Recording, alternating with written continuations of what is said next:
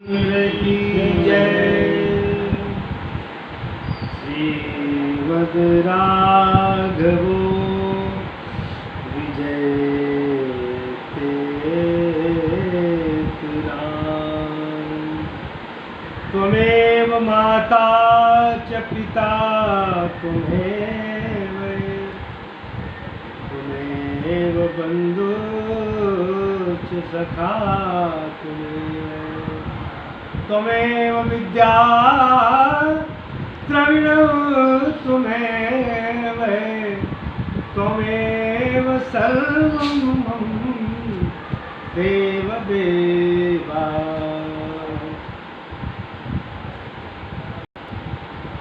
जब कौशल्या अम्बा के समक्ष माँ को राम जी की माता के समक्ष भगवान का प्रागट्य हुआ तो ब्रह्म स्वरूप चार भुजाएं, शंख चक्र गदा पद्म लिए विशाल स्वरूप भगवान प्रकट हुए। तो उस समय ब्रह्म मुस्करा रहा था, भगवान नारायण थे वो मुस्करा रहे थे। तो कौशल्या अम्बा ने कहा कि हम आपकी बाल लीला देखना चाहते हैं, बाल लीला शिशु लीला देखना चाहते हैं, ये प्रार्थना किया। इसको स्वीकार करके राम नन्हे बालक के रूप में परिवर्तित होकर रुदन करने लगे। तो जब बच्चा रोता है, जब पैदा होता है तो लोग खुश होते हैं, बच्चा बोला बच्चा बोला बच्चा बोला। बच्चा रोता है भूख में कि भूख लगी है, माँ कहाँ है। भाई बच्चा जब गर्भ में था तो भगवान से प्रार्थना कर रहा था कि हे प्रभु जल्दी हमको इस नरक से निकालो, हम तुम्हारी वंदना करेंगे। तो भगवान की याद कर रहा था। जब बाहर निकलता है तो देखता है भगवान कहाँ कहाँ कहाँ कहाँ कहाँ कहाँ आ गए हम। वो कहता है हम कहाँ आ गए, यहाँ कहाँ आ गए, कहाँ कहाँ करता है। लोग बड़े खुश होते हैं। बच्चा रो रहा है, लोग खुश हो रहे। बच्चा रोए ना अगर तो लोगों का कष्ट हो, ये रोए नहीं, वो घर रोए तो लोगों का खुश हो, रो रहा है, लोग खुश हो रहे। उनका यह रुदन सुनकर अयोध्या वासियों के उल्लास का कारण बन गया। सब प्रसन्न हो गए, मुस्कुराते हुए। केवल ईश्वर को केवल अम्बा ही देख रही थी। हरि जब नारायण आए थे मुस्कुराते हुए चतुर्भुज रूप में, पर रुदन की ध्वनि ने तो सारे राजभवन को गुंजा दिया कि बाल लला भव लला भव लला भव लला भव। व्यग्रता से प्रतीक्षा करती हुई दासियां आनंद से थिरक उठी। सर्वत्र समाचार पहुंचाने की होड़ लग गई। महाराज श्री दशरथ को भी यह समाचार ज्ञात हो गया। उल्लास की अधिकता से उनके लिए उठ पाना भी कठिन हो रहा था। एक क्षण के लिए उनके अंतःकरण में सत्य का प्रकाश कौंध गया। दशरथ पुत्र जन्म सुनि काना, दशरथ पुत्र जन्म सुनि काना, मानव ब्रह्मानंद समान। उन्हें लगा कि जिस प्रभु का नाम समस्त अमंगलों को नष्ट करने वाला है, मेरे घर में आज उनका शुभागमन हुआ है। आज मैं धन्य और कृतकृत्य हो गया हूँ। उत्फुल्लता के अतिरेक में उठ भी न पाए, उन्होंने सेवकों को बुलाकर आज्ञा दी मांगलिक वाद्य बजाए जाएं। गुरु वशिष्ठ को भी इस आनंद की सूचना दी गई। वे आनंद से उमड़ता हृदय लेकर राजभवन में पधारे। विप्र मंडली उनके साथ थी। शास्त्री विध से नंदी मुख श्राद्ध किया गया। ब्राह्मणों को तमाम दान इत्यादि किया गया।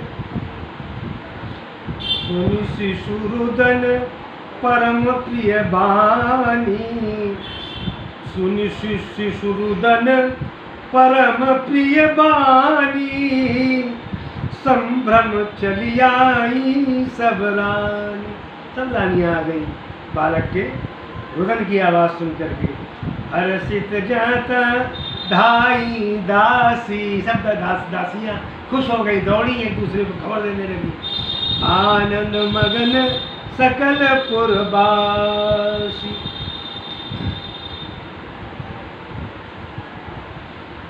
दशरथ पुत्र जन्म सुनि काना, मानहु ब्रह्मानंद समान। क्या हुआ परम प्रेम मन पुलक शरीरा, चाहत उठन करत मति धीरा।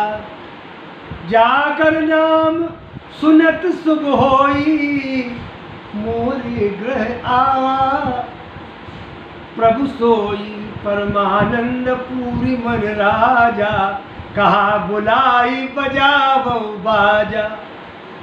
गुरु वशिष्ठ कहाँ गयो हकारा, आए दुजन सहित नृप द्वारा।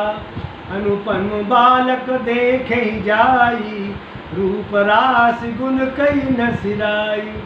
नंदी मुख सराध कर, जात कर्म सब की। जो भी होता है बच्चा पैदा होने में। हाटक धेनु बसन मणि, नृप विप्रन कह दीन। खूब दान दिया ब्राह्मणों को, दासों को खूब दान किया। उल्लसित ब्रह्म को आंसू बहाने की आज्ञा देकर कौशल्या अम्बा ने सारी सृष्टि के सुख का मार्ग प्रशस्त कर दिया। कहाँ भगवान हंस रहे थे, उनसे कहा तुम रावण लागो, लला बन जाओ। तो लला बन गए तो रावण लाओ, तो सब खुश हुई गए। भगवान को मुस्कुराते हुए किसी ने नहीं देखा, खाली कौशल्या माता ने देखा चतुर्भुज स्वरूप।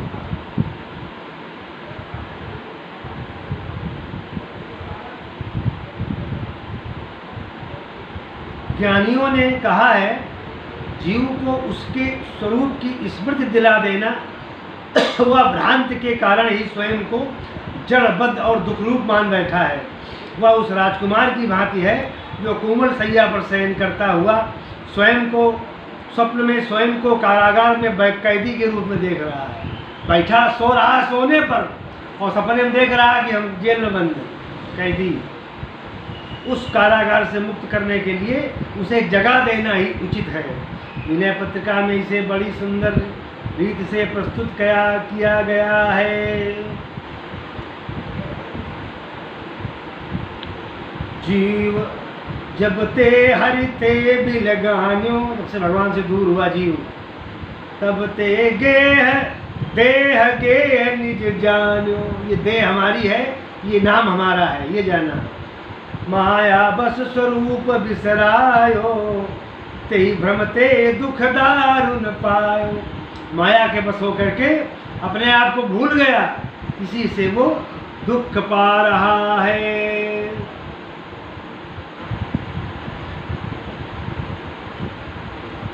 यह वह रुदन था, सुनि बचन सुजाना रोदन ठाना। रोदन ठाना शब्द लंबे रुदन की सूचना देता है। रोदन ठाना, जब रोना ही है तो उसमें कृपणता कैसी, रो कस के, खूब कस के रोए भगवान। ऐसा लगता है वह अपने रुदन की ध्वनि को अयोध्या के घर तक, घर घर तक पहुंचा देना चाहते हैं। जान जाओ कि हम आ गए। वह आमंत्रित कर रहा है, आओ इस अभूतपूर्व दृश्य को देखो। सच्चिदानंद का यह रुदन, ब्रह्म का यह रुदन सृष्टि की अभूतपूर्व घटना है। यह वह रुदन था जिसने चारों ओर संगीत की सृष्टि कर दी। भगवान राम के समग्र चरित्र का दर्शन भी यही था। दूसरों की आँख का आंसू लेकर, दूसरों की पीड़ा भोग कर आनंद का वितरण करना, दूसरों का भ्रम, पीड़ा का भार स्वयं छोड़कर उन्हें विश्राम देना। वन के कंटकाकीर्ण पत्थर पर चलते हुए सुकुमार कांटों से बिंध जाते हैं, किंतु वे अपने पीछे अनुगमन करने वालों के चरणों को कांटों से सुरक्षित रखते हैं। इसीलिए श्री राघवेंद्र के कंटक विद्ध चरणों की चर्चा रामचरितमानस, गीतावली, कवितावली आदि में सर्वत्र उपलब्ध है। महात्मा सुखदेव ने तो गंडक वन के कंटक विद्ध श्री रामपद के चरण भूलते ही नहीं। उन्हें ऐसा प्रतीत होता है कि इन स्वलोक को प्रस्थान करते हुए राघवेंद्र गंडक वन के कांटों से बिंधे हुए श्री चरणों को भक्तों के हृदय में स्थापित कर जाते हैं। श्री राघवेंद्र के राज्याभिषेक के पश्चात ब्राह्मण रूपधारी वेदों ने, वेद जो 4 वेद हैं वो ब्राह्मण का रूप धारण करके आ गए। जब राम का राज्याभिषेक हुआ पापा जी, तो राम का राज्याभिषेक हुआ, जो वेद हैं वो 4 ब्राह्मण के रूप में आ गए। वेदों ने श्री राम भद्र के पाद पद्म के तलवों पर दृष्टि डाली। उनके तलुओं को देखा, राम जी के बैठे थे, तलुए दिखाई पड़ गए। चकित दृष्टि से उन्होंने देखा, उन चरणों में आज भी कांटे लगे हुए थे। करुणा विकसित हृदय ने से वेदों ने उन चरणों की वंदना की। ध्वज कुलिस अंकुश कंज जुत बन फिरत कंटक किन लहे। ध्वज, कुलिस, अंकुश और कमल, ये 4 निशान मानस ने बताया भगवान जी के तलुओं में, राम जी के तलुओं में। 4 हैं तो बहुत, लेकिन ये 4 मुख्य हैं। ध्वज, ध्वजा, कुलिस, अंकुश जिससे हाथी को चलाया जाता है, और कमल। ध्वज कुलिस अंकुश कंज, ध्वज कुलिस अंकुश कंज जुत बन फिरत कंटक किन लहे। पद कंज द्वंद मुकुंद राम रमेश नित्य महामहे। भावुक भक्त कंटक विद्ध श्री चरणों को देखकर सोचते हैं क्या संदेश छिपा हुआ है इन श्री चरणों में। एक भक्त के अंतःकरण में भाव उदित हुआ कि चरणों में अर्पित किए हुए श्रद्धा सुमन को स्वीकार करने के लिए तो संसार में सभी प्रस्तुत हो जाते हैं, किंतु श्री चरणों में विधे हुए पीड़ा पहुंचाने वाले कांटों को भी जो स्वयं से पृथक नहीं करता, उन मंगलमय भगवान के पाद पद्मों को छोड़कर किसका आश्रय लिया जाए। नाहिन भजिबे जोग दियो, नाहिन भजिबे जोग दियो। श्री रघुनाथ समान आन को पूर्ण कृपा यो। नाहिन भजिबे योग दियो। दूसरे भक्त ने पृथ्वी को लाना देते हुए कहा, तुम्हारा हृदय कितना निष्ठुर है। तुम्हारे भार का अपहरण करने के लिए श्री चरण वनपथ पर चल रहे थे, उन्हीं के प्रति तुम्हारा यह व्यवहार क्या कृतज्ञता की पराकाष्ठा नहीं है। क्या तुम कांटों को समेटकर कोमल नहीं बन सकती। इन पाद पल्लवों की कोमलता को थोड़ा स्मरण भी क्या तुम्हारे हृदय में नहीं आया। पृथ्वी की आंखों में आंसू झलक पड़े और उसने कहा, इन सुकुमारों श्री चरणों को कष्ट न हो। इस प्रश्न पर बहुत विचार करने के बाद भी मुझे कोई उपाय न सूझा। मेरे पास जो सुकोमल सुमन थे फूल, मैंने उन्हें बिछा देना चाहा, किंतु मृदुल चरणों की तुलना में वे इतने कठोर थे कि मुझे प्रतीत हुआ कि उनसे भी इन्हें कष्ट होगा। तब मुझे लगा कि मिथ्या स्वागत का दर्प लेकर कष्ट पहुंचाने के स्थान पर अपने कंटकाकीर्ण हृदय को ही सामने खोल कर रख दूं। वस्तुतः मेरा अंतर हृदय तो कांटों से भरा हुआ है। यदि मैं अंतर्यामी से छिपा लेती तो यह मेरी मूढ़ता होती। प्रभु का यह रुदन भविष्य की सारी लीला का परिचायक था। उन्हें संसार की पाठशाला में प्रथम पाठ रुदन का ही मिला। कौशल्या अम्बा से जिज्ञासा की, माँ तुम्हारी कौन सी सेवा करूं जिससे तुम्हें सुख प्राप्त हो। तुमने शत्रुपा के रूप में विवेक के साथ सुख की भी याचना की थी, तुम बताओ तुम्हारे सुख की परिभाषा क्या है। यद्यपि तुमने कहा था कि आपके भक्तों को जो सुख विवेक और गति प्राप्त होती है वही मुझे प्रदान कीजिए। जे निज भगत नाथ तब आई, जो सुख पावई जो गति लई। क्या कहती है अम्बा, सोई सुख सोई गति सोई भगति, सोई सुख सोई गति सोई भगति, सोई भगति सोई सोई सुख सोई गति सोई भगति, सोई निज चरण स्नेहु सोई विवेक सोई रहनि प्रभु, हम ही कृपा करि देव। सोई गति वही सुख देव जिससे आपका दर्शन होता रहे। सोई गति सोई सुख सोई गति सोई भगति, सोई निज चरण स्नेहु, वही निज चरणों में स्नेह प्रेम प्रदान करो। सोई विवेक सोई रहनि प्रभु, वही रहनि प्रदान करो, वही प्रदान करो, हमें ही कृपा करी देव। जो आपने उन महान संतों को दी है, उन महान भक्तों को प्रदान की है, वही गति हमें भी प्रदान करो। किंतु प्रत्येक भक्त की अपनी अपनी भावना होती है, उसके सुख की परिभाषाएं पृथक पृथक होती हैं। अतः यह तो तुम्हें भी बताना होगा कि तुम्हें कैसे सुखी किया जा सकता है। माँ ने अपने उनके रुदन में ही सुख की अनुभूति की। विश्वामित्र जी ने कहा, मेरी यज्ञ रक्षा के लिए समस्त राज सुखों का परित्याग कर पैदल प्रस्थान करना होगा और उन्हें सुखी करने के लिए श्री राघवेंद्र लक्ष्मण के साथ सहर्ष चल पड़े। कैकेयी अम्बा को लगा कि उन्हें सुखी करने का एकमात्र यही मार्ग है कि श्री राघवेंद्र उदासीन तपस्वी का वेश धारण कर वन में निवास करें। तापस वेश विशेष उदासी 14 वर्ष राम वनवासी, उनकी प्रसन्नता के लिए प्रभु तत्काल वलकल वस्त्र धारण कर लेते हैं। समस्त राज की वैभव को छोड़कर क्षण भर में पिता की आज्ञा का पालन करने के लिए वन में प्रस्थान कर देते हैं। भगवान बन गए 14 वर्ष के लिए, भगवान बन गए। भगवान बन गए तो भगवान बन गए।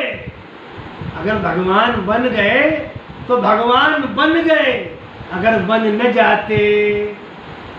न जाते तो आज भगवान को कोई नहीं जानता। अगर बन न जाते तो आज भगवान को कोई नहीं जानता। भगवान बन गए तो भगवान बन गए। इसलिए अब वहीं आ जाते हैं ब्रह्म के रुदन। भगवान रुदन कर रहे हैं और सब खुशी हो रहे हैं। बच्चा जब रोता है, पैदा होता है तो रोता है, तो लोग बड़े खुश होते हैं। ब्रह्म के इस रुदन में ज्ञान, वैराग्य, भक्ति और मर्यादा के सभी संकेत छिपे हुए हैं। गोस्वामी जी ने इन आंसुओं में अपनी दीनता के ही अनुरूप संदेश पा लिया। मुस्कुराते हुए बालक को गोद में लेने की आवश्यकता अनुभव माँ को नहीं होता है, किंतु जब बालक रुदन करता है तो माँ को गोद में लेने के लिए बाध्य कर देता है। सुनि शिशु रुदन परम प्रिय बानी, संभ्रम चली आई सब रानी। गोस्वामी जी ने सोचा यदि जीव को भी अनंत वात्सल्यमयी माँ की गोदी प्राप्त करना है तो उसे भी आंसुओं का सहारा लेना होगा। जो संसार के लिए रोता है, जो संसार के लिए रोता है, तो संसार उसे मिले या न मिले ये पता नहीं है। लेकिन जो भगवान के लिए रोता है, जो भगवान के लिए रोता है, तो उसे रोने में इतना सुख मिलता है कि हंसने में नहीं मिलता। भगवान के लिए जो रोता है तो उस रोने में भक्त को इतना सुख मिलता है कि वो सुख हंसने में नहीं होता है। तो स्वामी जी ने सोचा यदि जीव को अनंत वात्सल्यमयी माँ की गोदी प्राप्त करना है तो उसे आंसुओं का आश्रय लेना होगा। इसलिए भक्त जब रोता है भगवान के लिए तो भगवान का सिंहासन हिल जाता है, उनका हृदय पिघल जाता है। और वो भक्त पर भगवान की एक वीक पॉइंट है भगवान का कि वो अपने भक्त के आंसू नहीं देख सकते। ये उनकी कमजोर वो है, वीक पॉइंट है भगवान का। वो अपने भक्त के आंसू नहीं देख सकते। भक्त जब रोने लगता है हृदय से, नाटक नहीं, तो भगवान पिघल जाते हैं, भक्त को मनोवांछित फल दे देते या तो अपना दर्शन करा देते। इसलिए भक्ति का अनुसरण करने के लिए, भक्त की पराकाष्ठा को पाने के लिए रुदन करना बहुत जरूरी है। भगवान के लिए जो आंसू निकलते हैं और जो आंसू जमीन पर गिरते हैं, वो भगवान के लिए जो आंसू निकलते हैं और वो आंसू जिस जमीन पर गिरते हैं वो जमीन तीर्थ बन जाती है। तो इसलिए जो भगवान के लिए रोता है वो बहुत कुछ पा जाता है। लेकिन आप भगवान के लिए रो रहे हो, भगवान से न मांगो, भगवान को मांगो। हम सब भगवान से मांगते हैं और जो भगवान को मांगता है तो भगवान उसे अपने आप को प्रदान कर देते हैं। और उसे भगवान जब मिल जाते हैं तो भगवान मिलने के बाद तू छाया है, ये माया तो छाया है, उसे सब कुछ मिल जाता है। जो इच्छा करियो मन माही, प्रभु प्रसाद कछु दुर्लभ नाही। भगवान की का भक्त जो भी इच्छा करता है प्रभु से प्रदान करते हैं और अपने भक्त का हृदय सुखमय बना देते हैं। बोलिए सियावर रामचंद्र की जय। श्री राम जय राम जय जय राम। श्री राम जय राम जय जय राम। श्री राम जय राम जय जय राम। श्री राम जय राम जय जय राम। श्री राम जय राम जय जय राम। प्रभु आपने ते अधिक जय प्रिय सीताराम। प्रभु अपने से अधिक जय प्रिय सीताराम। ते के प्रगति पा नहीं तुलसी तन को चाम। जब लगी कुशल जीव कहूँ सपने हूँ मन विश्राम। तब लगी भजन न राम कहूँ शोक धाम तज काम। सियावर रामचंद्र शंकर हरि ओम। और सियावर रामचंद्र की जय।